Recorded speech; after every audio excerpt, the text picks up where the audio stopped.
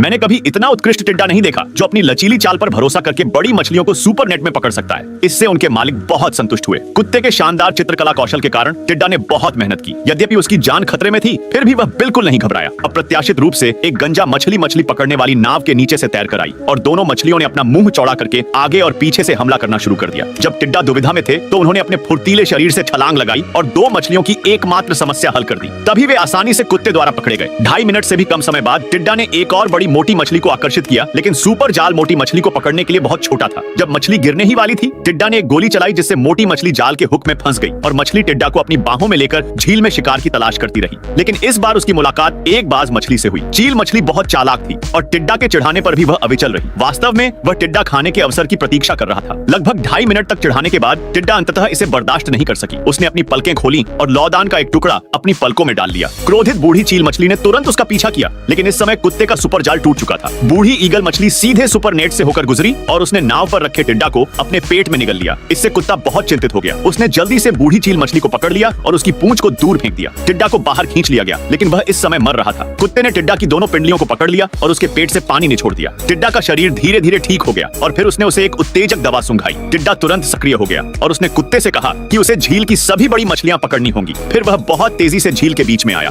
और अपने पिछले पैरों से युद्ध का नारा लगाया, जिससे शीघ्र ही बड़ी मछलियों का एक समूह उसे घेरने के लिए आ गया। टिड्डा, जिन्हें एक कठिन प्रतिद्वंद्वी माना जाता था, वास्तव में घुटनों के बल बैठ गए और दया की भीख मांगने लगे। बड़ी मछलियों ने टिड्डा पर अपना मुंह खोल दिया और जानकी के छींटे ने उनकी जान बचाई। तभी टिड्डा जल्दी से किनारे पर कूद गया और 1982 की पुरानी गोली मुंह में ठूक दी, जिससे सभी बड़ी मछलियां मर गईं। जब टिड्डा अपने नशे में धुत था तो वह अप्रत्याशित रूप से एक तोड़ के मुंह में कूद गया। कुत्ता इतना चिंतित था कि वह मेंढक के पीछे भागा। अप्रत्याशित रूप से मेंढक सारस के मुंह में कूद गया। कुत्ते के पास सारस का पीछा करने के अलावा कोई विकल्प नहीं था। परिणाम स्वरूप सारस ने मौके पर ही उड़ान भरी और 25 मीटर ऊंचे एक पेड़ की चोटी पर पहुंच गया और फिर गोता लगाने लगा। गांव फेई ने बड़े पेड़ पर सिर से प्रहार किया और फिर एक ही सांस में पेड़ की चोटी पर चढ़ गया। कई दौर के टकराव के बाद सारस सफलतापूर्वक भाग गया, लेकिन कुत्ते की टिड्डा गायब हो गई। जब वह अपनी संपत्ति के नुकसान के कारण दुखी था तो पक्षी का अंडा अचानक टूट गया और टिड्डा का पुनर्जन्म हुआ।